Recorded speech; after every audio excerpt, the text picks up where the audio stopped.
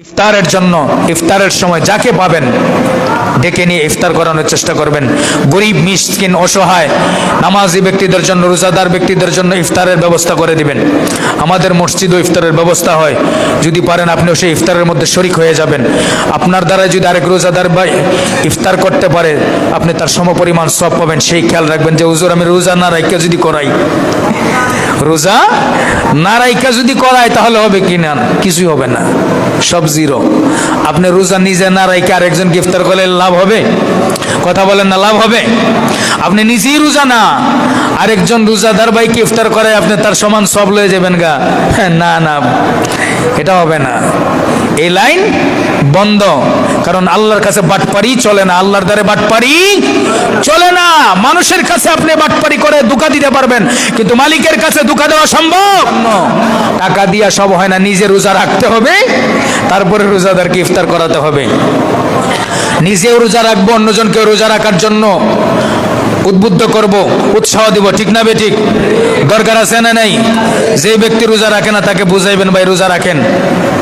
যে ব্যক্তি রোজা রাখে না তাকে রমজানের রোজার ফজিলত বুঝাইবেন। রোজা না রাখলে তার জন্য জাহান্নাম, সেটার ভয় দেখাবেন। তাকে রোজা রাখার জন্য উদ্বুদ্ধ করবেন, সে যেন রোজা রাখে। কেউ যদি মাহে রমজানে রাগ উঠে গেছে, আপনাকে গালি দিয়েছে, আপনি চুপ থাকবেন, শুধু একটা জবাব দিবেন, ভাই আমি রোজাদার। সুবহানাল্লাহ বলেন। মাহে রমজানে আপনাকে কেউ যদি গালি দেয়, বকা দেয়, আপনাকে মেজাজ দেখায়, আপনি তাকে একটা জবাব দিবেন, ভাই আমি রোজাদার। আমি কি দার? রোজাদার। আমি পারবো না আপনার গালির জবাব দিতে, আমি পারবো না আপনার উপর হাত ওঠাতে। যত মেজাজ গরম হোক, মাথাটা নিচের দিকে দিয়ে, নিচের দিকে থাকায়া একটা জবাব দিবেন, আমি রোজাদার। কি দার? আমি রোজাদার। তার গালির প্রতি উত্তর দিবেন না। খুশি হবেন কে?